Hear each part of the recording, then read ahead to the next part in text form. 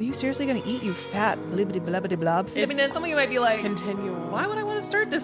Sensitive. She's sensitive. You are listening to the Tami Talks Unscripted Healing Podcast, where we share stories that are, you guessed it, unscripted. That's the thing, this journey doesn't stop. It doesn't really right? end. We have a general sense of the topic each episode, but really the whole point is just to show up and be authentic and let our inner child speak its truth. And I have continued to work through that story of constantly hearing, well, we don't want, got a hot dog on our hands.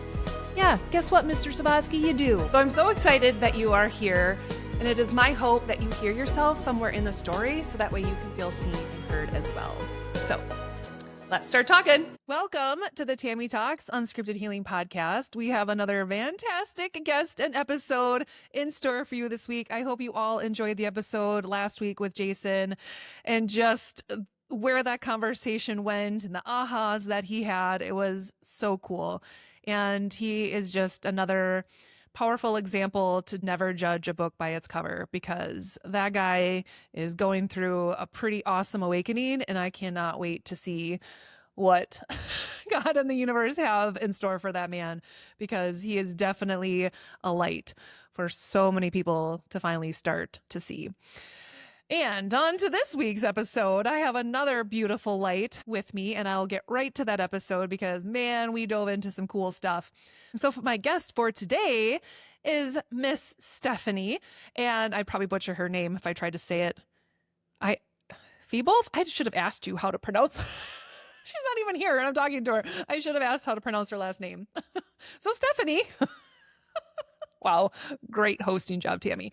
Anyway, she is the founder of My Empowered Career and the curator of the Success Circle, on a mission to shift career decision-making from chaotic survival mode, who can relate to that, to purposeful strategic action. She does this through one-on-one coaching, through workshops, speaking engagements, and she helps people and businesses make smarter decisions about their talent, about their growth, and about their future work. She has over 20 plus years in HR, in talent strategy and leadership development, and she has seen firsthand that careers just don't happen. They are built. And if you are in that season stage of your life, Stephanie is your gal.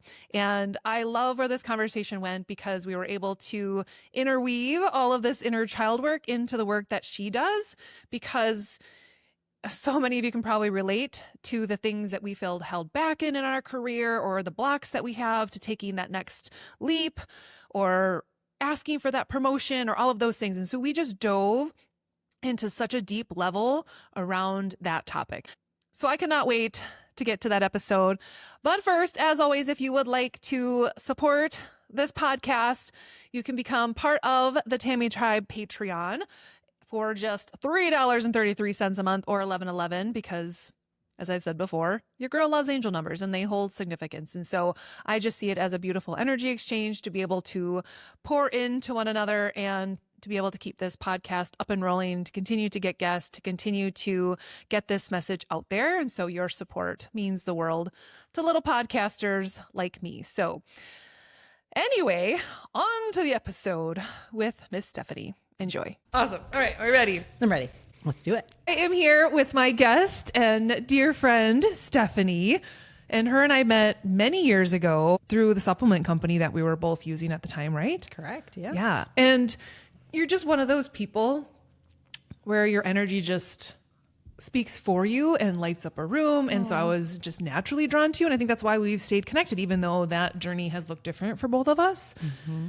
And watching you follow your dreams and starting your own business and going out there and now helping other women and people in general, but just it's amazing and inspiring. And so you find your people. Yes. And so we've just stayed connected through that. And so I wanted her to come on here because I think this is such an important phase of so many people's journey when, I'm coming from healing our inner child and going on this awakening. Really, that oftentimes entails a career shift or change, or that could be the thing or the catalyst for people. Or when people are stuck because they don't feel worthy of an empowering career, they stay stuck and they settle for less. And here you are like, oh, hell no, not on my watch. And so I think we need to get this out there that there are people like you who really will pour into people that are needing that shift and that they are just done being on autopilot, done checking the box with their 9 to 5. They maybe have a dream or a desire and they just need that extra hand holding to make that leap. Yes. So I'm still trying to figure out what I want to be when I grow Same. up. And that's that's what really led me to the work that I do. And I think it's really cool to shift. And when you make that shift from doing what you have to do to doing what you want to do, so many other doors open up. Ooh, that's a little soundbite right there. I just got goosebumps when you said that. Yes, absolutely. That is huge. I feel like I spent so much of my life just checking the boxes. So to your point about checking those boxes, I went to college. I got a job. I even landed a job a year before I graduated. So I knew where I was going and what I was doing, and I knew where I was going to live. And I did all of the things I was supposed to do to climb the ladder, and I just kept bumping up against a ceiling. Yeah. And in some cases, I was probably being protected Yeah. from what wasn't right golden for handcuffs? me. Yeah. Yes, what wasn't right for me. But at the time, I didn't know it. Right. And when I think about the women and the people that I work with, they're people who are resilient. They're like, I'm going to make this work. And when we do bump up against those things, what we're really saying is, I want to conquer this, not, is this right for me? Yeah. So we're not always pausing to ask that question. And when I started to really get curious about how I fit into the organization in different ways, I started to think about my value different. Yeah. And that changed everything for me. And so when I left one company, I went to another 9 to 5. I did that for about 8 years. And then I was like, there's something in me that needs to serve more people and help people get out of the rut that they're in to really fuel their soul. Yes. Well, and it's funny you say that, because on last week's episode, I was talking with Jason basically about that, and going to school to be a dietitian and going through all of that work and the internship and the master's degree. I poured a lot of money into those credentials. Yes. Spent a lot of time investing in that career. And so now, how do I not just write meal plans? And so to shift gears into this healing world or podcast, like, it can feel like you're losing the sense of your identity, when really it's like, I shouldn't have attached my identity to that in the first place. But how do you not? Right. If you are a runner, oftentimes you'll attach your identity to the running community. It's partially about belonging. Yeah. And conceptually, I think the belonging is something that is fairly new, I would say. In the last even 5 to 10 years, when I started my career, we weren't talking about belonging in the workplace. Right. Now we're talking about belonging in the workplace, and we're talking about tolerance, and we're talking about acceptance and kindness and the things that we just didn't talk about in the past. You go to work, you do the thing you're supposed to do, and you do it the way you think you're supposed to do it without those guardrails. Yeah. And so no matter what, we identify ourselves with our hobbies, our careers, but our careers mostly because we spend so much time there. Yeah. With people we wouldn't otherwise associate with. I hate to say that, but it's true. So many times I tried to make friends out of people who weren't my people. Yeah. Absolutely. And that could be just wanting to be accepted into the group. And oh, it's like my inner child brain and heart is like, wow, well, this doesn't take me back to elementary school where I just wanted to fit in. I mean, so much of what you do, honestly, that's why I said, like, this is such a natural progression to be working with women like you, because of how triggering the things that you are helping people. It all likely goes back to inner child stuff and feeling worthy of that career, or feeling worthy of, a life, a job that fills your soul. Yes. There's something really interesting that's happened to me over the years that I just find it so fulfilling that now I can look back and be okay with those circumstances, because they make me who I am today. 100%. And so I've been processing this word trauma, and a lot of people use this word trauma, and I'm trying to figure out, maybe it's the optimistic realist in me that's like, is this a trauma, or is this just an experience that is uncomfortable to me? And because it's uncomfortable, I need to adjust and I need to do things differently? Or is it truly a trauma that I'm trying to heal? Yeah. I'm not a therapist, so I don't know, but I would love your thoughts on how to flip that script of trauma response to how do you define that? How do you know? I think that's a great point. And I think you have to sit with how does that resonate for you? Because I think sometimes people are really put off by the word trauma, or they think, well, I didn't have the big T trauma, so my experiences aren't really valid to look at, when like, no, there is something in that for you. And sometimes it is just a moment. Sometimes it is an experience. And if you can look at it differently by calling it that versus calling it trauma, do you? Yeah. Because again, if people think trauma as defined by something that left a lasting impact on you and still is impacting you as an adult, well, however you want to phrase that. Yeah. And maybe that is allowing you to look at it differently, because trauma feels like, oh, I don't want to go in there. I don't want to open that door. That feels scary. But, oh, if I could look back at that experience that happened in middle school, that you might be more open and willing to look in that door because it doesn't feel so dark and scary. Yes. Yes. I think the wisdom comes from the experience. Yeah. So the older I get, Yes. the more wisdom I have to look at it through a different lens. I think when you're going through it, it feels heavy. Yeah. And when I think about some of the experiences that I've been tackling as I've become more spiritual than I've ever been before, I'm looking back at some of those experiences and I am peeking in the door, and it's even scary to talk about sometimes because when I make the link, I know that those people didn't mean to hurt me. Yeah.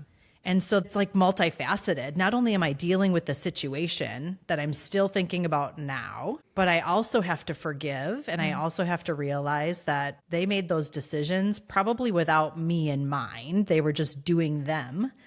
And so that's a whole nother, whole nother thing, is how do we release that? Yeah. And I love spending time with people on releasing the expectations of others that they have on you. Because that's when the magic really happens. Truly. Because you're not apologizing anymore for being who you are. Yep. You just show up. And then all of a sudden your people find you and you wonder like, what the heck? Why didn't I do this sooner? Yeah. Yeah. And it's interesting you say that. I had just had this conversation like 2 hours ago, and someone basically saying, maybe I'm putting your life to help you through this particular phase. And I don't know how long God is going to keep me in your life. Is it just for that? You think about God puts people in your life and can take them out just as quickly. That lesson, I needed that person to come in so you could heal this wound. And it was going to trigger you, but it was like, hopefully you got the lesson from it, right? Yes. And then maybe as soon as you heal, it's like that person gets pulled from your life. And sometimes we hold on to that. Like, why aren't they here? Why aren't they supporting me? Or Yes. because that chapter, that phase, that lesson was learned, and Yes. they're no longer needed in that experience moving forward. So I think about how we build relationships early on in our life. Those relationships often are built around school Yep. and hobbies. And those people, because they're in your life for such a long time, we're conditioning our brain to say that those people need to stay with you forever. That's been hard for me Really hard. because I love deep connection. And I also recognize that not everybody in my life is meant for that deep connection, and everybody has a purpose. I serve sometimes the lighthearted humor, or I might serve as a sounding board for somebody, but I might not be their person. And I used to always want to be their person. Like, why am I not your person? Yeah. But because I've let that go, now I can be okay. It goes both ways. Right. So if I can let some of that go, it will also help me heal. Yes. Yeah. And it goes back to inner child stuff. Why is this need where I need to be that for everybody? I know. Right. And I feel that too. I used to I need to be able to help everybody, fix everybody. Yes. And I could see in so many aspects of my career how that was completely draining me to try to carry this weight of everyone. Yes. And feel like I was responsible for every setback, every self-sabotage that they were experiencing. Well, I'm not good enough. I couldn't help them. And I'm like, whoa, Tami, it was so much weight for me to carry. Yes. And when you realize maybe you're supposed to give them that nugget, but if we try to control people's journey, that's our own stuff, right? Yes. Because you probably grew up feeling like I want to make sure that everyone's okay and I'm tending to everyone else's emotions and their energy. And that gets daunting as an adult if we are trying to carry all of that and be this for everyone. And there's this fear of not absolutely. being liked, fear of rejection, fear of abandonment. Like that Yes. goes way back. Yes, it does. There's something that you said that triggered a thought for me. I used to be the person in the room who everyone would complain about something and I'd be the one to say it. And I would speak up and then people wouldn't speak their truth. Ooh. And that was like, and I don't even know how to unpack this, to be really honest. I always felt put out then. I always felt like, hold on, I just No one's backing you up. No They kind of one's left you backing high me and up. dry. Yes. I walked out on a limb for you and you don't have the courage to speak your truth instead. You're not going to stand up for yourself. And then I looked over and over again like I was the one who was always the devil's advocate, who was the naysayer. But in reality, I was learning how to communicate in a different way. But I was speaking up for people. And I think that's part of the reason why I do the work I do just today. Gonna say that, like, well, that makes a whole lot of sense. You're like, hey, let me advocate for you. Let me help Yes. empower you because you're afraid to speak up and afraid to say, no, I'm worthy of this promotion or this job or whatever it is. And you're helping. I want them to speak up for themselves. And that's the script that I had to flip for them because I needed to flip that script for myself. Stop doing it for people. Yeah. But then the learning for me, the growth for me was how then do I help people do that? How do I, because I'm a fixer. I'm a problem solver. And my husband tells me that all the time. There's the 6 working geniuses and he tells me I'm discernment, we're building a deck and I'm like, do you think we could do it this way or that way? He's like, honey, you've never built a deck in your life. I'm like, I know, but I have some ideas. But the reality is how do I teach people then to do it for themselves? How do I walk them there? And how do I not get impatient when they don't get there as fast as I think they can? Yeah. I think that's probably the most frustrating part of the work that I do is like, I see their potential before they see it in themselves. And I'm like, if you just do this and this and this, you've got this. But they have to do it themselves. Well, right. And again, doing the work that I do, and this happened with my branding manager, I mentioned this, several times on this podcast, is she would give me assignments and homework that from her perspective seemed pretty straightforward, not realizing there were huge triggers for me. Huge triggers. So I would shut down and I would procrastinate, go into avoidance. But it wasn't because I was lazy. It wasn't because I didn't want it.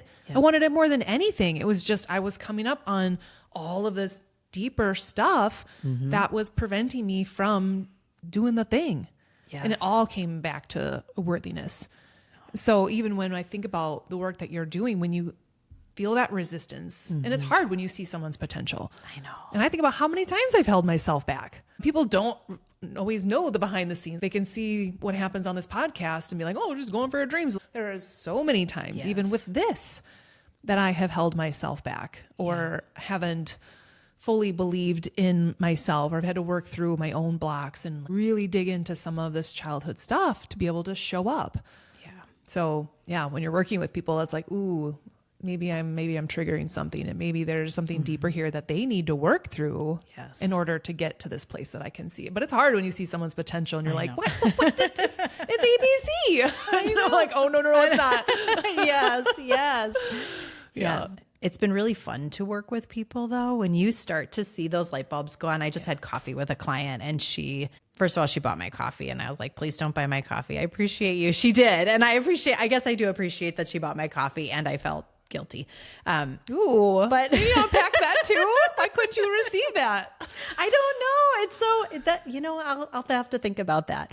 But it was so cool to sit down in front of her after we had Zoomed for our entire walk together. And she, after being with an organization for nearly a decade, she is making $30,000 more money than she was making before and just feeling lighter. And she didn't know it was possible. Yeah.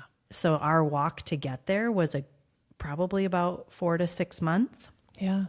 She did the work, and seeing those success stories make it all worthwhile, and everybody can get there. We just have to also realize it's okay to be on our own timeline. It's okay to be on our own path. Absolutely.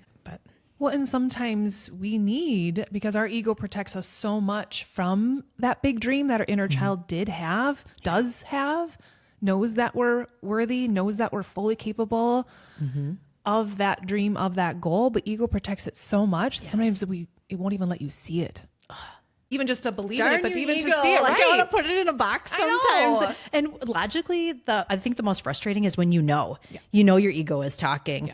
And I can logically tell myself, like, stop thinking that, just stop. But it's hard to do that. Right. So it does help to have someone like you or a coach in any situation to be able to say, hey, ego, I see this in you. And so sometimes that can get through to the inner child. It can get through the ego to just give them that little sense of hope that maybe this is safe. Maybe I can pursue this. Maybe someone will support me in this. Yes. And that's why it is important to have someone like you. And it's hard for people, again, comes back to their worthiness wound, to invest in a coach, someone to guide them and support them. Like, I can do this myself. I can figure this out. But hey, wouldn't it be a whole lot more efficient and effective and feel so much better if I had someone holding my hand and someone to say, hey, I need someone to keep pouring belief into me.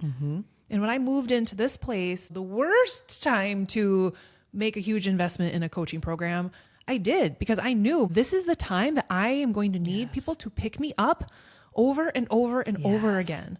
Yes. And that was one of the best investments I ever made because of how it supported me through the toughest year of my life. Yeah. Could I have done a lot of that stuff on my own? Sure. But I needed that. Oh, that just made me, sorry. Yes. Go.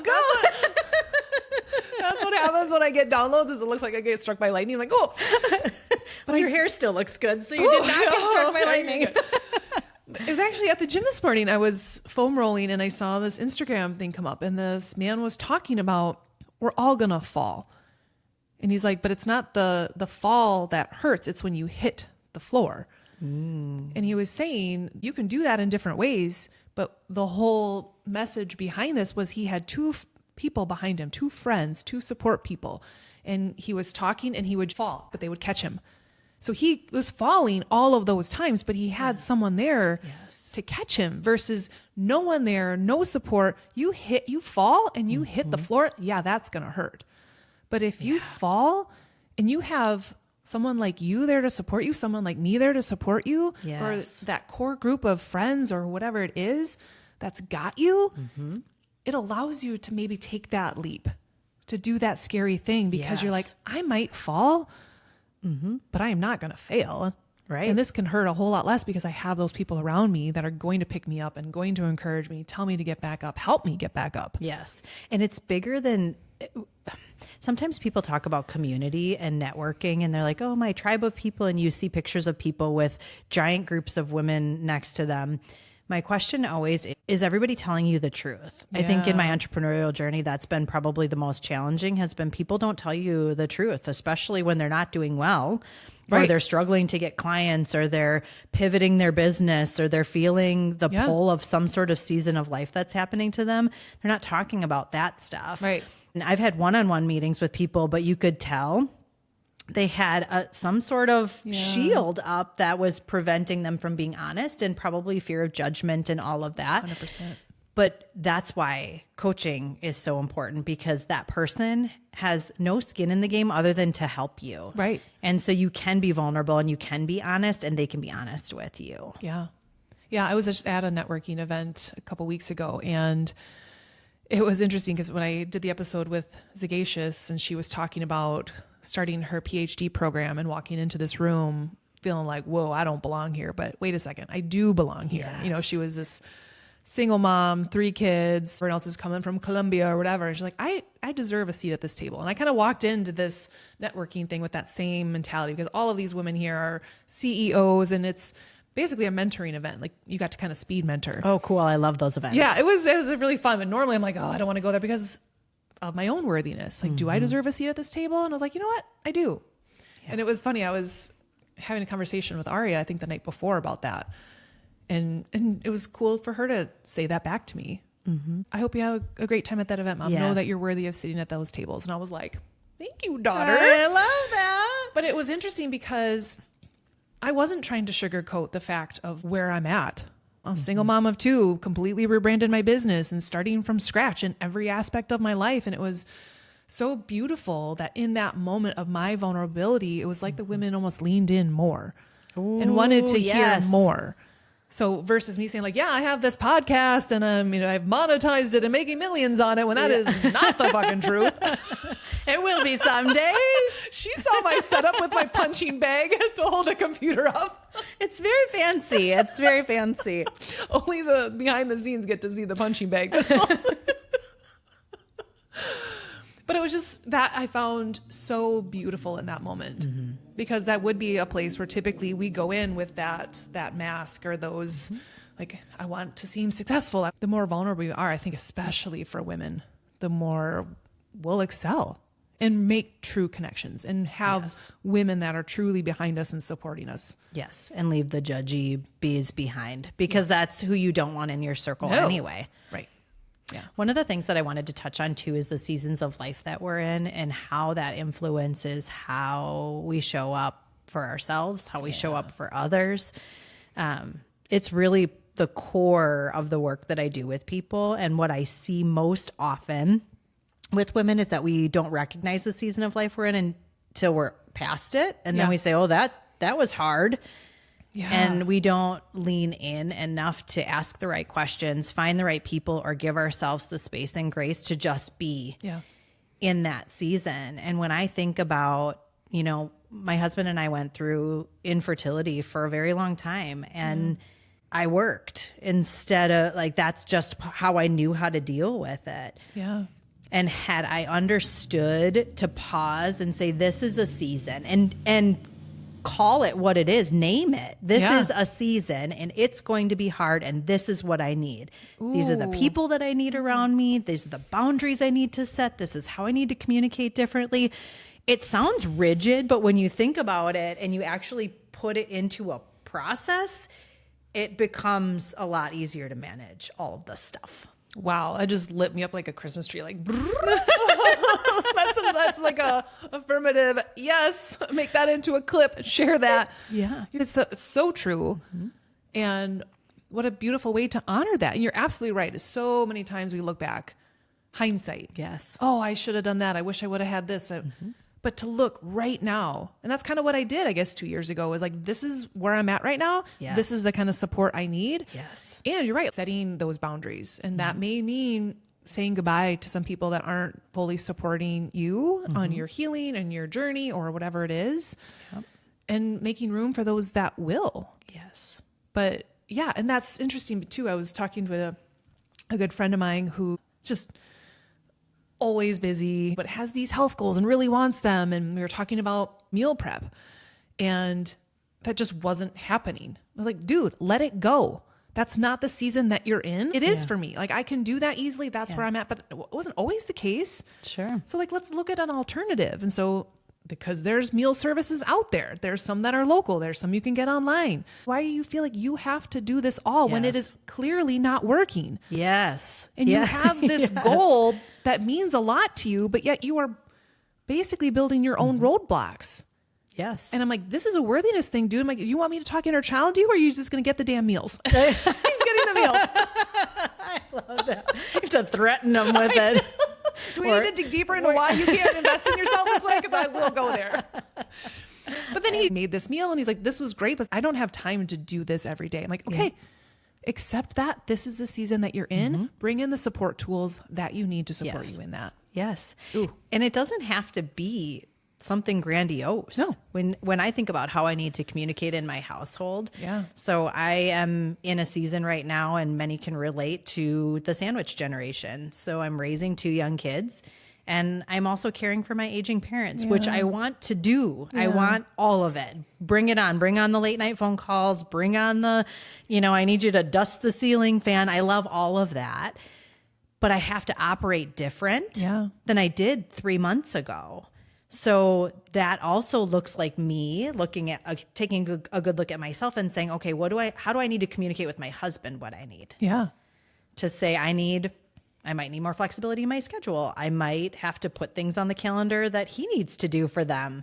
Or he might have to take the kids somewhere that I can't take them because I'm doing something else. And so that also gives me the courage, I guess. I was just going to say, because that's going to be a lot hard for a lot of people to be able to actually speak up and communicate their needs. Yes.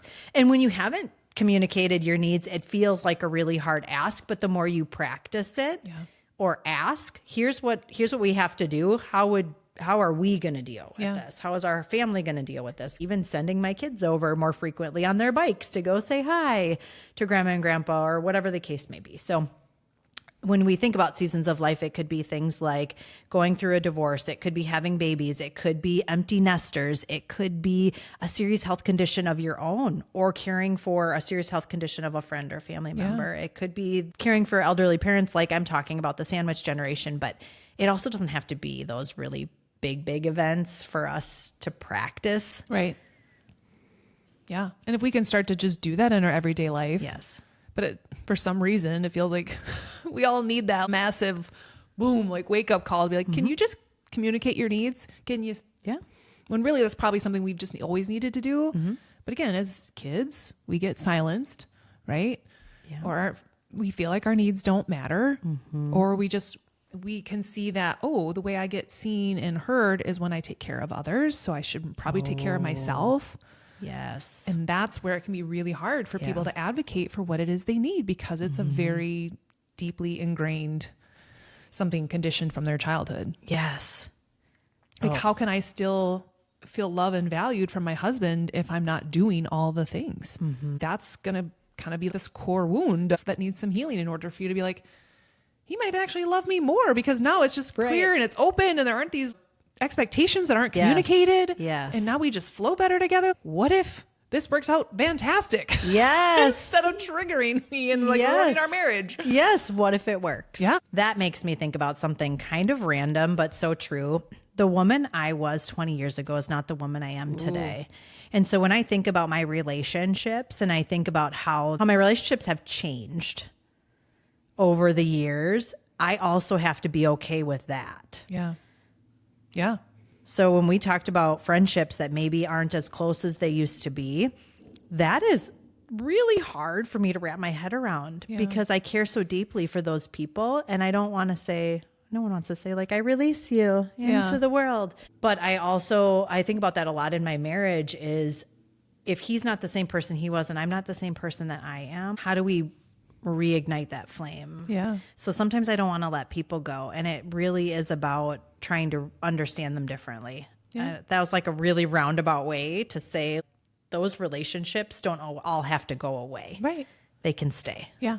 Well, and someone, I don't remember who told me this years ago, but it was calling them bookshelf friends. And you think of every friend as a book, and some friends are on your nightstand. You might pick them up every single day, every single night. You're calling them, you're texting them. But then at some point it's like, okay, I'm like done with that book. I'm going to put it up on the bookshelf. It's not that they have to go away, and you can pull that book back down, open it up anytime and grab that cup of coffee or go for that walk. And sometimes it's like, oh, it's like no time has passed at all. Yes. Or you realize like, gosh, I've read that chapter already. Like maybe this book needs to stay up on that shelf, and I can know that it's up there and I can honor it and know that it was this beautiful story, this beautiful chapter in my life. Yes. And I felt like that was a very healing way of accepting that, because I too can think of many phases of friendship that again were very, very difficult, and you just thought for sure like this is my person and they'll be in my life forever. And your ego can create stories around that and take it very personal when it's like it's not personal. Really, it's like it's vibrational, and that's not even a dig. It's just you're on different frequencies now. It's not to say one is better or worse, but now I can think of it as like, okay, this friend went from the nightstand is now up on the bookshelf, and I can love and honor her from there. Yes. I had a therapist friend talk about grieving the person we were. Ooh, yeah. And that's a whole nother thing to unpack because I think there is a part of me who sometimes does grieve the person that I was or how I showed up. How do I say this in a different way? We're going to have to cut this part out. That's fine. Silence is easy to cut out. We're good. Gather your thoughts. This would not be the first time that someone's like, where did my thought go? I mean, like, it's back. This is a great... There are no windows open, are there? This is a great time for an ad. If I had one. I love this conversation because we're bouncing all over the place. And every time you say something, they're like, oh, there's a thing. But it does make me think of a friend of mine who said that sometimes we're grieving who we were. And that conceptually feels like loss, and loss is hard for me. I tend to like put that in a little box. Yeah. Because I don't want to let things go. And I don't know what that really means or what that means for my inner child. But like I can grieve who I was and say, okay, that friendship is no longer with me, and I can grieve that. But then I need to move on, and I need to find really creative ways sometimes to move on from that. And I don't know if that's me just wanting to hold on to old friendships or what it is. Oh, I do like Barbie's like, can we dig it? Do I get free advice? Is this free coaching? Come on the Tami Talks and get free therapy. I'm just going to ask all the questions, coach. Well, and it was funny because on last week's episode with Jason, he had so many ahas and connected so many dots. Yes. It's like, that's why I am the way I am. And it was like, oh my gosh. And it was very cool. So that's why I love conversations like this. So I don't want them to be scripted, because you never know when something's going to pop in and be like, oh, why is that? Yes. Why do I want to hold on to things? And oftentimes that is, and it's like this reoccurring thing. There is something in there for you to unpack. There is something that, whether your inner child didn't feel supported around a loss, even it could be like a pet. And that's going back to the whole trauma thing. And I've said this many times, is it's not necessarily about the event. It's the emotional support, typically the lack thereof, that we didn't receive around it. Yeah. And sometimes you think about that. And actually, I had a dear friend who recently lost a pet, her dog, her like whole world. And many people came and poured love onto her and were able to provide a safe space for her. But there were people that you would have hoped and expected would, that couldn't. And it wasn't something personal, but it was seeing her emotional, and they're not used to that, made them feel very uncomfortable, and they didn't know how to handle that. And so they couldn't be there for her. They couldn't give her a hug. They couldn't even say, how are you? They couldn't talk about it. It was literally like, let's sweep this under the rug, thinking that distraction, avoidance would make it easier for her. No, that's making it easier for you. What she needs right now is to feel this and to feel supported in feeling this. And so it might, be something to think back on. Like, was there a loss that maybe something that happened where I didn't feel supported around that, or not seen in how hard that actually was? Yeah. I mean, I'll have to think about that. Yeah. We had on our first inner child healing retreat, there was one of the women out there had talked about her 4th grade teacher died tragically in a car accident. Oh my gosh. And again, just didn't have the support around that, because not everyone's like, okay, it's your teacher. You know, you went to the services and things, but like that teacher meant so much to her, and just didn't have the support around that. So never really knew how to grieve properly. It was like, box it up and get over it. Yeah. So you could see how that was playing out in other losses in her life. She couldn't cry. She didn't know how to actually feel it and process it.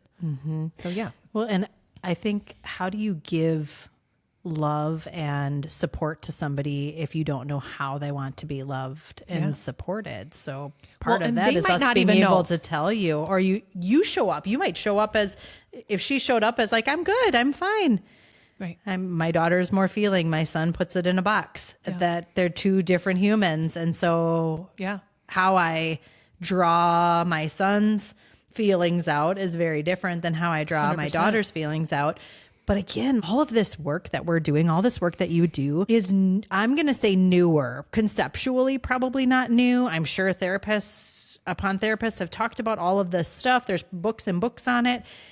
And it wasn't as mainstream. So our parents did not know. No. And that's where you can have so much love and compassion for them. Like, because that's oftentimes what we're seeing is it's that generation, but it's also the generation before them. And so our generation is like, what the? Yeah. Pause. Time out. Time out. Yes. Because we don't want to pass that down to our kids. Something about our generation, we are waking up to these conditions and these patterns and like, what is going on here? And just hitting pause. And hopefully like that reset button. I can change this. I can go back and look at this and heal this and work on this for myself and hopefully that next generation. But it very much, they didn't have those tools. No. Well, and how many times do I apologize to my kids after I've had a moment, but it's because I've done the work. There were missed expectations on St. Patrick's Day. In my brain, I was like, okay, I don't have time to do all the things, and that's okay. And I gave myself grace, but my subconscious woke up fiery. And so when I made green eggs and my son said, well, they're not round, I'm not going to eat those. I don't like eggs anymore. And my daughter looked at her green cream cheese and was like, what is that? And I was like, just make your own breakfast. That's what I wanted to say. Like, you just throw it across the room. I did not do that, but I was fiery about it. And I apologized. And I know that there are times when my parents didn't apologize, but I don't know that they knew how. I just want to do things differently. And part of that is the work that I've done for myself. So there's still a lot of people out there who haven't done this work and they don't get it. And that's okay. But I know that I get it. And when I get me, I can communicate with my kids differently and even showing them the compassion of like, I hugged my daughter and I said, those were missed expectations on my part. Nothing you guys did. I'm sorry. And she's like, yeah, you did get a little upset. And I was like, I did. And I just acknowledged it and moved on. And that is so, so powerful for our kids because they could have attached this story that, well, I disappointed mom, or maybe next time I'm just going to have to not rock the boat with mom because I don't want to make her upset. And that one little moment could literally impact them for years to come, where now they're tiptoeing around at work and they don't want to speak up. And it's like, no, that's good. Like you want to express that to them, but let them know like, this wasn't about you. Yeah. There was something about not feeling appreciated in that moment. Maybe going back to, oh, I'm doing this for you. I'm speaking up for you. Like back in the day when people just left you high and dry. Like I just made these eggs for you. Like no appreciation. Like, I put effort into this and they don't quite understand that. Right. But to say that, to apologize, this triggered something in me. This wasn't actually about you. Allows them to release that story. So they're not turning it into a story that they're carrying into their lives 30 years later. Yes. And then being able to communicate so they see the pattern of what that looks like in terms of it's okay to have the big feelings. Yes. And here's what needs to happen. I also don't want to create a cycle of apology. Like if someone apologizes to you, it's okay. But that's probably for a whole other Oprah. Well, and I had that experience with my daughter like 2 weeks ago where it was kind of a big thing, a big moment. And it was so beautiful to watch her process it. And she has a very distinct step one. Ego unleashes hell. Like ego, I just let it. It just needs to say what it needs to say. It needs to spew. And before I would take that real personal and I would get real hurt by those things. And now I'm just like, okay, I can filter it out. I know that she needs to say these things. And then you can start to see her coming back down. Or now she starts to kind of joke around and get a little softer, maybe a little sarcastic. And then it was within an hour, she sent me this message like, hey mom, I'm really sorry how that came out. And I just felt like, wow. Yes. And it's just like, I just felt like I had climbed this mountain and then just to fall back down. I'm like, girl, what you just did right there, it was not falling. That is rising to the top because I just watched you process some real big emotions within an hour and come back to yourself and what was really true. I'm like, there are adults who can't do that. Yes. I don't even know if I can do that in the time frame that you just did. Like it was beautiful. Yes. We have to teach them those skills. Yes. Yeah. And that's a lot of work as well. Yeah. But worth it. Doing this work and being so immersed in it, I saw that for her, but it was really beautiful. I had supper with a therapist and a couple of therapy friends, and I was telling her the story, and it was so beautiful how she like put that back on me. She's like, Tami, that's the work that you're doing to be able to teach them. I'm like, I'm just trying to show it. Yes. I'm not here like this professional, like, here, children, this is how we do. Like, I'm living it and I'm showing them myself. Yes. So by you doing that, like, hey, I'm just showing you the process of how this is mommy when she got triggered because you didn't appreciate my green specialty, but then this is how I realized what was going on, how I could come back and apologize, how we could then talk through it. Yes. It's modeling that kind of behavior versus modeling sweeping under the rug versus modeling avoidance versus modeling the silent treatment. Like, no, we're just going to move through this and move through it together. And I'm going to show you how, and it's going to be sucky and it's going to look it's gonna be hard. Yeah, or you're gonna be like, I'm a terrible mom. Like, no, you are literally giving them the toolbox for. They're gonna have big emotions. Things are gonna trigger them their entire life, and the best thing we can do is equip them on how to move through them themselves. Just like you're working with your clients. Yeah, absolutely. How to move through this process. Yes. How can I empower them? Look at that full circle moment. Damn. I told you there'd be some sort of singing. We won't karaoke now. Good. Wow. We might have to sing a little ditty here. Oh my. Might have to prepare for that. Oh my goodness. I love it. So good. So what are some of the impacts that you have seen with the work that you're doing with women and that evolution? Or maybe just walk us through the process of when someone reaches out to you. Where are they at in that mental space or in their career? And how do you help guide them through that? People come from different industries, and mostly I'm seeing mid-career women feeling like they just don't belong where they're at anymore. And they can't always put their finger on it. They feel stressed and burned out. And I used the word fiery before. I'm going to use it again. They feel like everything's triggering me. Everything's frustrating me. And I know I shouldn't be this frustrated about what's happening. And they're just tired of doing it themselves and know they need a change. And so most of the time when people come to me, they're already at that place where they recognize that a change needs to happen. So I'm not forcing it. They're there. They're ready to make a change. Yeah. And a lot of it does have to do with that worthiness piece. It has to do with I'm worth more, but I don't know how to articulate it. Cool. So if you feel like you're worth more, but you're not solving big problems at work, maybe you're burying yourself in the day-to-day tasks, of course you're going to get overlooked. Yeah. And the question then becomes, as I'm working with them, is what's happening in your life? So we work on 6 factors. I call it the My Empowered Ecosystem. And it's your health, your wealth, your career, because your career is just a part of who you are. Yeah. Your relationships, your spirituality, and your energy. And all of those things work together. And I joke that back in the day, we had this ball. You would stand on this ball and it looked like Saturn. Yeah. And you'd squeeze your feet on it and you would bounce on it. You pray that you didn't fall off of it. I was not very coordinated, but I really think about it like that, because if you're standing on that ball and you're trying to stay on it, something's got to give. Yeah. And so we do look at it that it's a very visual way to look at it. And we look at it regularly, because if your energy is low or you don't have the right relationships or your health is impacted, you might not be showing up the way you want to show up at work, or you might not make a career leap because your finances aren't in order. Yeah. And so we take like a 30,000 foot view first, because that's important to say, where are we really at? Yeah. And having that space and grace to say, it's okay that I need to modify my workouts because I don't have as much time as I used to have, or my work schedule changed, or my kids' schedule changed.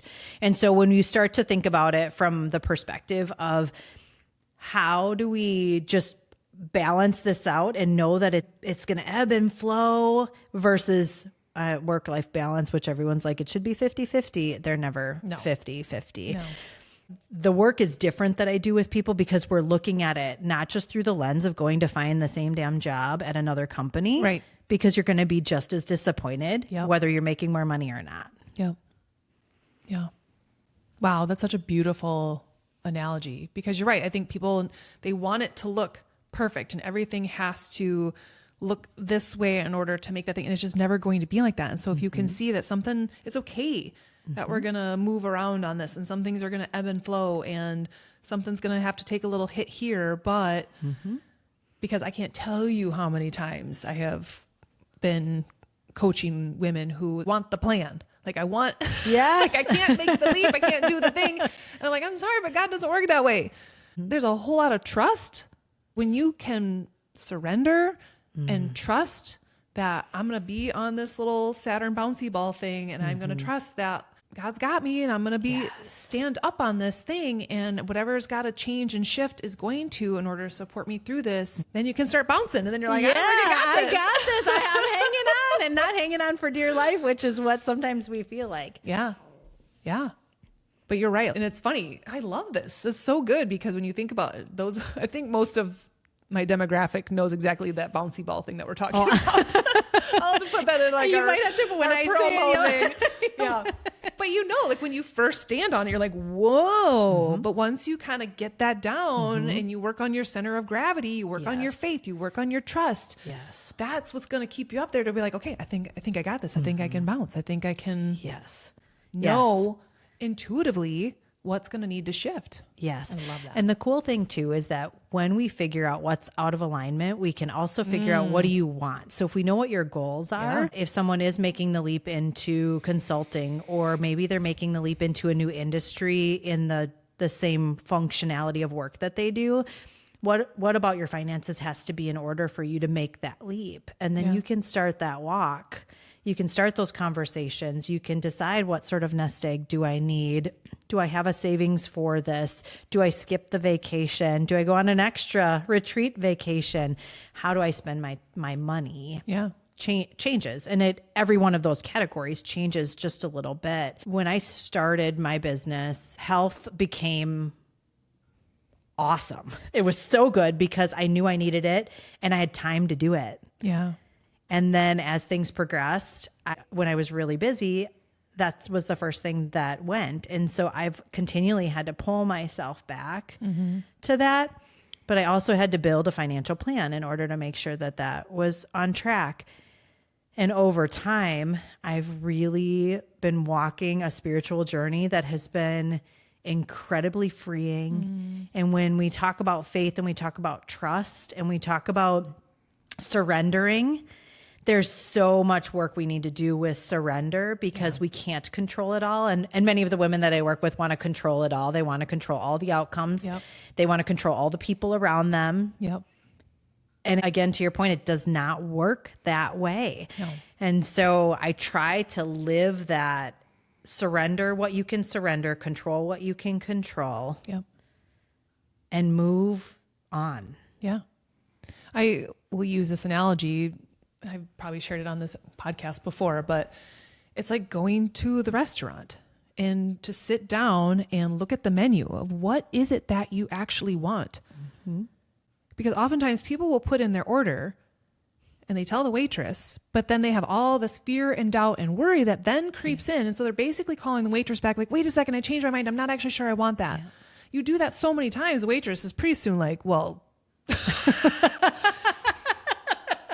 all know what happens back there. But the same thing. So you put in the order. Are you then going back in the kitchen and putting it all together?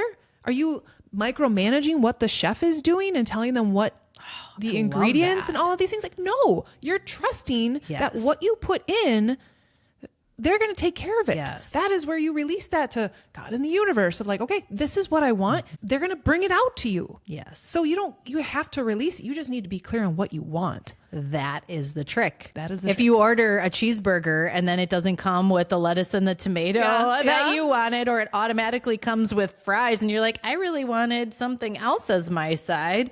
If you're not clear, and that's the other part of goal setting, and what are your needs and what are your wants? So what do you need to make that next career shift? What do you need from your family? What do you need from your work? What do you want then? Yeah. And then the coolest stuff happens once people do land that new opportunity. Oh my gosh, now we've got work to do because we're like, okay, what are all the things you wanted to release that you did in your old job that you shouldn't be doing anymore? Yeah. So let's talk about those unspoken boundaries that the second when your email inbox has nothing in it because you just started and you're raising your hand to be on all the committees and do all the things. Well, guess what? You just set the expectation that that's who you are. So when your inbox fills up, you're screwed. Yeah. Ooh. Or you know you have to leave at 4:00 every day, just start packing your stuff up and don't schedule meetings until they tell you have to. But that's probably another inner child thing. I was like, but I need to be of service. I need them to see my worth now. Yes. Not later, now. So I can feel worthy of this position I just got. Like, no, you're worthy because you just are. Yes. And all of those cool things will come, but that's oftentimes when we get in our own way. And now you've created your own hell because of these expectations that you set when really you were worthy to begin with. Yes. And I just had that experience recently too. I was like, the expectations, like, wait a second, this is not what I signed up for. Oh. Yeah. Yeah. And I just had to have and it was very hard for my people pleaser to want to speak up, but I'm like, this is not, the expectations were not clear. This is not what I signed up for. I think we need to revisit this. And that felt an alignment for me. Even though I was letting something go that would have been really helpful, that would have been really awesome. I was like, this what didn't feel like it was an alignment. Right. And I don't need to prove my worth. Yes. That was like, ooh, Tami. Yes. Well done. Well done. She's doing the work over here. But And it is hard to stand up for yourself. But I think there's some negative connotations that we put in front of that. Oh, yeah. So we put the negative connotation in front of, if I speak up, they will be mad. Yes. Well, what if they just didn't know? So they exactly. And that's exactly what happened is there was just miscommunication on expectations. Yeah. What if they respect you more? Yes. Yes. Which is 99% of the time, that is what happens. Yeah. And that's the love them or lose them piece of it. Yeah. Is if it is out of alignment, great. Let's just Yeah. agree to disagree on this and let's just move on. Right. And that's where you have to heal any fear of rejection, fear of abandonment, because otherwise you will sacrifice what it is that you want, Yes. what it is that you need, and you won't speak up because of those things. When Yes. really, you know, this is not in alignment for you. Right. But for some reason, you can't let it go. Well, that's a bigger issue. Yes. That shows up a lot. Many times when by the time women get to me, they're done. And so the rapid fire text messages that I get, or the the voice messages that say I need to go yesterday. Yeah. When I'm like, okay, that's not part of the plan. So let's pause on that. What are you going to learn while you're in the position you're in right now? So this is the hard, this is the sucky. This is when your boss sends you the email and all you want to do is like rage, send them an email and you know you better not. Yeah. Pause. What are you learning? Are you learning communication skills? Are you learning to let go of something? Maybe you are too controlling of it. Maybe it's someone else's monkey in circus that you're trying to Yeah. That's really powerful. control. Because you're right. Ego will just be like, fuck it. I'm out of here. Yes. And you will act from ego. You will say things from ego that will ruin relationships, that will ruin connections, that could get you fired. Yes. But if you can take that time, take that pause, what can I gain from this? What is the lesson here? I'm obviously here for a reason. These things are obviously triggering me for a reason. Yes. If I can pull those nuggets out of this, then I can drop into my heart and act from a place of love and compassion and respect. And this just happened. I'm just thinking like, I got to have Julie on this.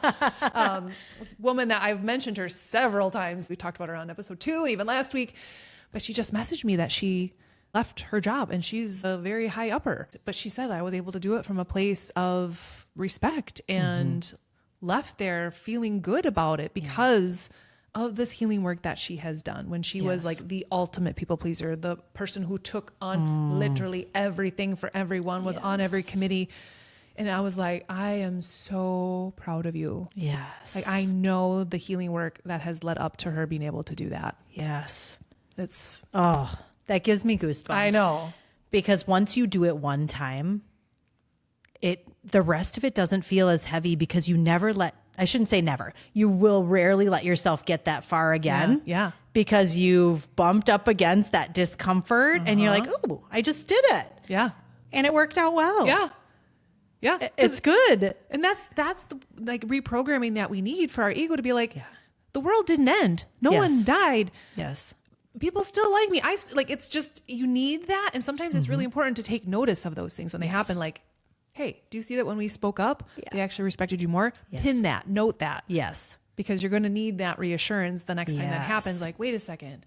Remember? Because we get triggered. We go right back to that old default. Yes. It's like, no, that's actually not what happened last time. This person actually leaned in and supported me more when I was open and vulnerable rather than like tiptoeing and trying to create this whole story and make excuses. Like, no. Yeah. And how long do we build the story? Which is me. I actually miss driving to work and driving home because that's when I would process all of those things. Now I have a walk through Legos and walk through Legoland to get through it. It is. It's dangerous. It's very dangerous. No robbers in our house ever. But I don't have that time to process anymore. And so I've had to figure out other ways to process that, which is why I love when I do go out to meet clients, I'm okay making the drive because I need that time to process. Well, that's also important to know when you're thinking about in this season of my life, now that I'm not traveling as much, how do I still build in that time on the daily? So it's not just when I go to coffee, like I actually need to do this every day. Yes. How can I build that in? Yes. It's now become walking my dog. Yeah. So there are two things that have been non-negotiables for me that have changed everything is getting outside and walking. So while it's not rigorous exercise, it is getting outside, and I can't wait to ground and do all the things. You know, my daughter's always like, Mom, it's freezing outside. Why don't you have shoes on? Like, you need to wear shoes. I don't. I'm fine. And the other one is just spending time with my Bible. Yeah. And spending time with God, because that's where I get the clarity and the comfort. 100%. And it's just been so important to step out of all of the chaos and crazy that's happening in life.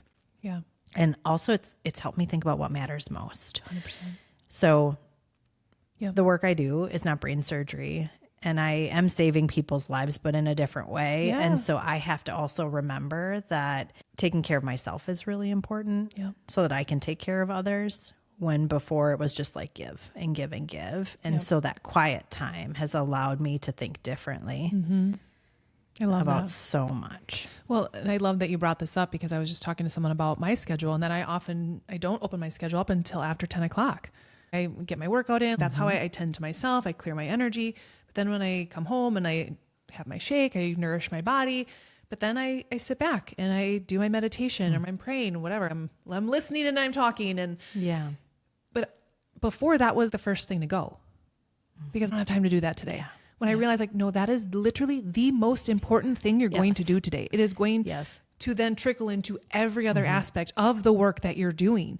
And make the work that you're doing that much more fulfilling and empowering and helpful for these people.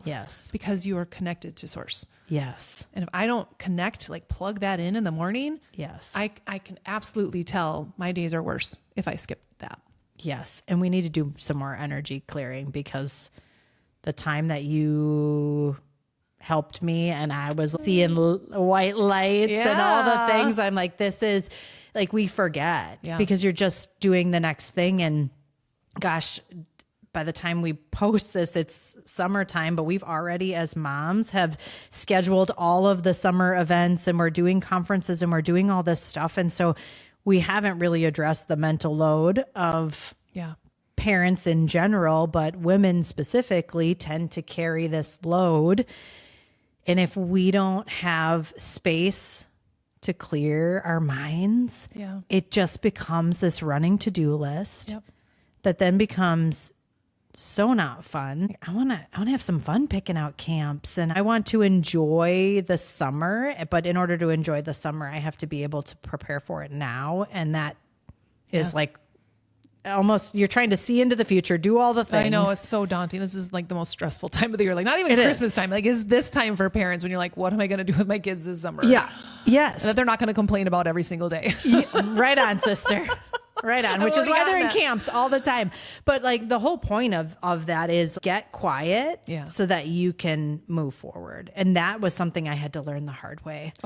Getting quiet was so hard for me. And even meditation was very, very difficult for me because it was like squirrel, squirrel, squirrel. And quieting my mind is still a work in progress. I will be really honest. It is still a work in progress, but it has allowed me to prioritize what's most important. Why am I spending my time and energy on this? And even when thoughts will come into my head, now I can place them and say, ooh, like, that's ugly. Put that away. We don't need to talk about that. Or I forgot I needed to do that. That's important, but we're going to write it down. And then just directionally, it's been so much more.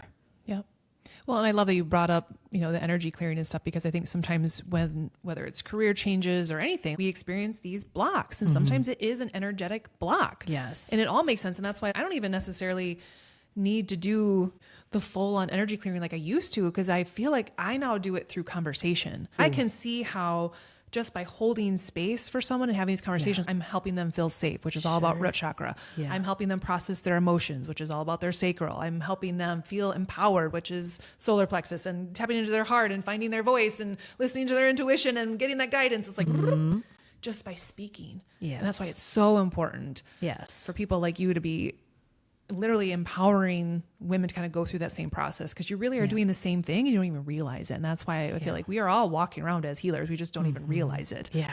Yes. And so you are helping women on a totally different level, even just energetically, but we do need to tend to that. We do need to clear that. And sometimes meditation can look different. For you, that might be your walk with your dog. Like meditation doesn't have to look like sitting down. Like, yeah, right. Like I find meditation oftentimes is working out for me. Yeah. Like I can get into that flow state if I'm Yes.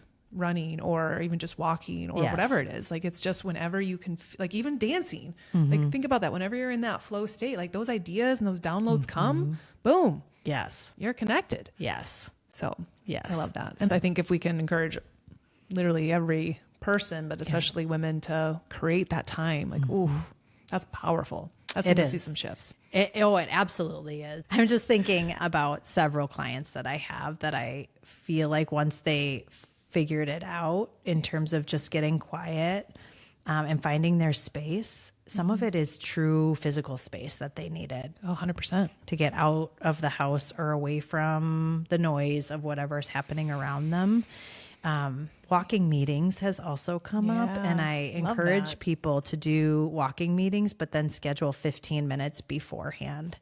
So just to walk yourself. I love that. And I think it's simple, right? 15 minutes gives you a lot of time to think, more time than some moms have. You know, we're not even going to the bathroom on our own anymore.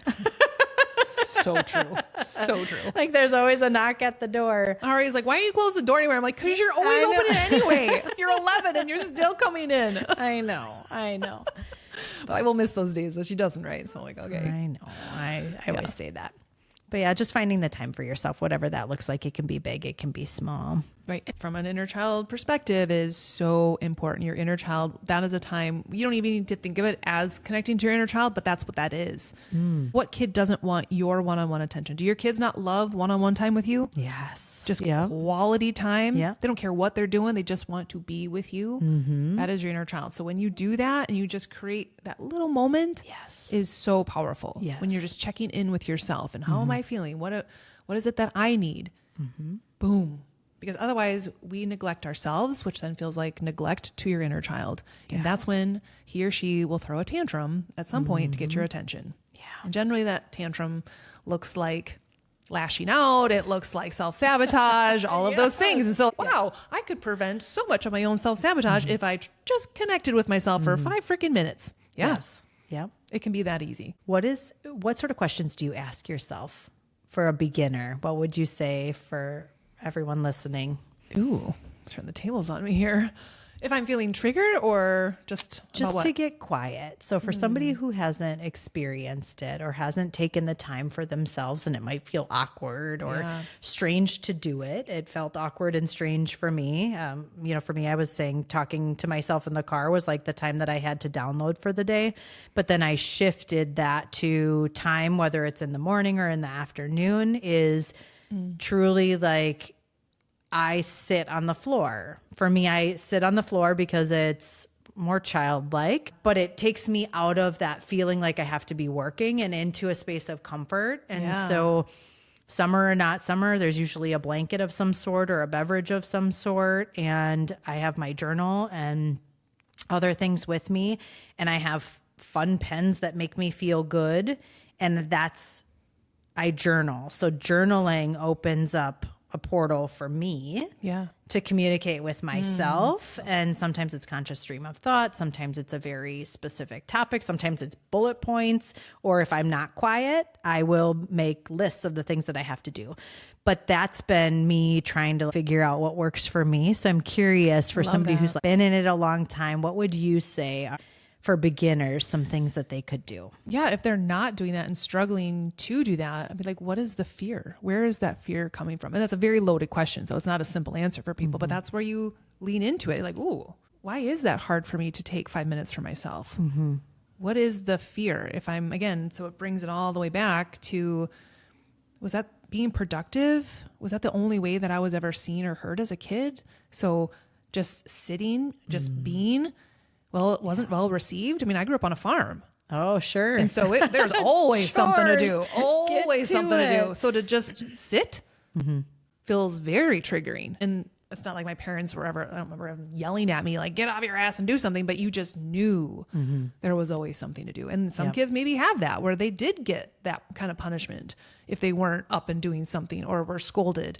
Sure. And so there's something deeper when people have a hard time, and even just to sit with themselves, because oftentimes it's a fear of like, I don't know what I'm going to find out. Because I remember when I went on this quest, and I remember the first time I was on my paddleboard, that was the first time like, I don't actually know who I am. And I would start to ask these questions, but there was almost a fear of like, what if the answer comes back and it's not what you want to hear? Because that answer is going to mean you're going to have to change your whole damn life, Tami. I'm not ready to hear that. So I don't want to ask that. So I don't want to sit with myself. Yeah. So there's a lot of fear around what is that quiet time going to bring up that I have been suppressing, I have been ignoring, these dreams, these goals, these desires, this marriage, this career, this whatever that I have been boxing up and hiding. What if that comes out? Yeah. That's scary as shit. So that's why a lot of women are probably avoiding it, when really that is the key to get through it. So I heard you ask some very specific questions to yourself. Are those questions things like, who do I want to be? Or are they, who am I now? So do you typically ask yourself future questions? Yeah. Just so y'all know, I'm learning along the way. Yeah, so I'm over great. here taking mental notes, and I'm going to take advantage of this conversation. Yeah, right? But I think it needs to be both, right? Is to really get a self-assessment of who I am now. How am I showing up in the world? Is this actually what I truly want? And that's the hard part, is because again, when I asked those questions, my reality did not match the answers. And that meant something's going to have to change. And that was hard. And a lot. Everything I mentioned in the ecosystem has to change. Everything. And so to then, I mean, I think sometimes we can think about what we want to be, but it almost feels so far out there and unrealistic that that's almost feels safer. Oh, to leave it alone. That's the woman I want to be. And I'll leave her right there as aspirational. Right. Because the work to get there is hard. Yeah. I'm going to have to address my current reality in order to do that. So I can look at her from afar and admire her and be like, yeah, but to address the woman I am now and how I'm showing up and the things that are going to have to change. Ooh. Yes. That is deeply rooted in all of the work that I do. That's why we often feel like we'll just make it work. Yeah. I'll just keep staying and I'll keep trying to change people and change processes that I can't change. And right. And then you eventually, I've talked about this before too, is like we start to build this tower of resistance because we keep staying in. Yeah. God has given you a million signs, a million warnings, a million, like, this is not the place for you. You're not happy here. Yes. Every time you ignore it, I'll just stay. I'll stick it out. I'll just wait until my tenure. I'll just wait until whatever. And pretty soon that tower, well, at what point you can take a self-assessment, you can see how, oh shit, I have built this tower high. I need to get out of here. Yes. And some of those women are reaching out to you saying, before this falls on top of me, help me. Yes. How can I look at this and start to take those bricks out like one by one and bring this down so then I can see it. Then I can lay it all out. And then I can rebuild from that foundation versus it come crashing down and now you've lost your job and now you've lost your home and now whatever it is. Yes. We don't have to wait for a catastrophic event to make a change. Which is fascinating because I feel like I'm trying to blaze a trail and I'm constantly chopping down trees in my path because I want people to be proactive. Yeah. And our natural tendencies are to be reactive to a layoff, reactive to a spouse's layoff, reactive to whatever it is. And now we say, oh shit, like, what do I do? And now we have the feeling of judgment and we don't have the tools. We haven't built the tools into our toolbox yet. We haven't bought those tools or gotten those tools yet in order to fix it. Yeah. And I say fix it very loosely because we don't need fixing in that way, but I mean it in the most loving way of, let's get you prepared so that two things. If something bad happens, you're prepared to handle it. But even better, what if an opportunity comes along that you want to take, but you haven't done the work to take it? I want you to be able to say, ooh, this is my magic moment. Yeah. And you can walk through that door when someone knocks on your door and says, I have this opportunity for you. And that's so beautiful. Coming back to faith and all of those things, like what's meant for you, won't pass you by, but it'll keep orbiting until you're ready. Yes. And I thought that many times, like, Tami, you're not ready to receive this. God's got some cool things in store for you and cool gifts, but you haven't done the work to truly feel worthy of them yet. So do that work. Yes. So that way, when that comes back around, now you're ready. Yes. But I'm not going to sit back and not do this work and expect these things to just magically happen to me. You want something to change. That starts with you. Yes. Yes. And the work is hard. I get it. I do. I've done the work. I continue to do the work. And I often tell my clients, like, I'm in it with you. Oh, hell yeah. I mean, I'm building a business from the ground up and I'm like, pivot. Yep. Here's what we're going to do next. And that's okay. And I've had to be okay with the pivot. I would rather work with someone that's going through it. I don't want someone that hasn't gone through this healing journey to then be telling me, like, well, you don't know. Right. Yeah. If you haven't been in the trenches, I don't want to hear it. Exactly. Like, that's great. Yes. Yeah. And I would much rather someone fully understand that season and what that looks like and work with someone who's doing the work right alongside me. Yes. That's powerful. Yeah. And I think our whole conversation to me comes back to the relationships that we build that are really authentic and meaningful in the season of life that we're in, and being able to look back. Inner child work was not something that I even wanted to recognize. But when I did, I've just found that my relationships are better. Yes. I understand myself better. Yes. So I'm not spinning my wheels doing crap I don't want to do anymore. I'm not apologizing for things I don't have to apologize for.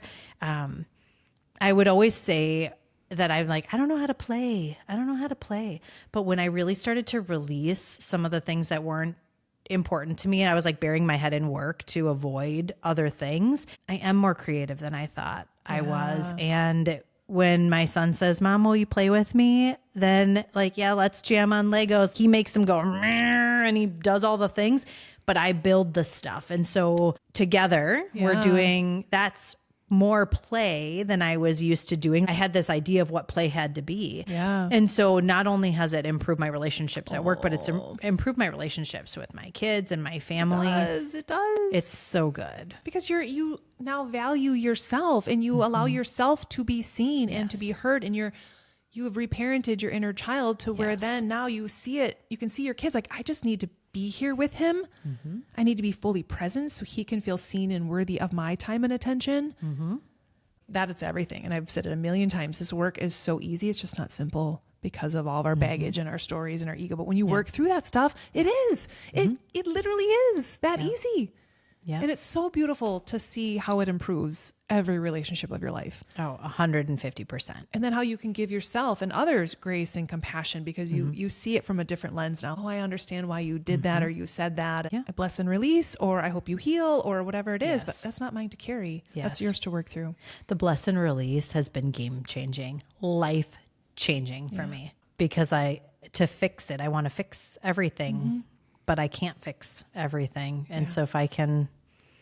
It's also helped me not read into things. On the simplest level, when someone says something, I sometimes was triggered by like how you said that made me feel X. Well, actually, what if I just listened to the words you said and not the tone in your voice and let it be what it was?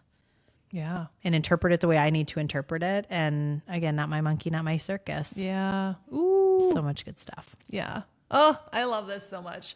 Well, thank you for joining us. Is there any kind of parting words that you want to share, or how people can connect with you, follow you, find you, work with you, all that jazz? Oh, I love that. We're going to have a blooper reel. We should get a sound effect board. We just have our own. We just make our own sounds. So the best way to reach me will be on LinkedIn or through my website at www.myempoweredcareer.com. I really want you to know that when you put your mind to whatever it is that you want to do the work. Take the time to do the work for yourself, because that is the most rewarding way to get to where you want to go in the fastest way possible. And I've seen it over and over and over again. The people who take the time to do the work are the ones that get further faster. Yeah. And they do what they want to do, how they want to do it. Ooh, I love that. Thank you for that. So yes, go follow her, go find her if you're in that season, or even not, just because you're fun to follow, because you can tell, like, she's just got good energy. So like, why wouldn't you want to be around that? But yes, definitely go check her out. And thank you for the work that you're doing to help empower more and more women to step into what they truly deserve. Love it. It's been a pleasure. Yes. Thank you so much. All right. If this episode resonated in any way, you found a little helpful nugget or anything like that, comment, like, subscribe, all of those fun things, because that helps support this little podcast. And that's how, women supporting women, or whoever supporting. That's a simple way that you can help get this message out to more people, because I don't understand algorithms. I just know those things help. So that's not my world. And then it could get to someone who actually maybe needs to see it. That's in your circle, that's in your network. And you just never know how a simple share could help someone feel seen in their season of life. So thank you so much for tuning in, and thank you so much, Stephanie, for joining and sharing your heart and energy with the Tami Talks audience. I love it. Awesome. All right, we'll see you next week, everybody. Yay!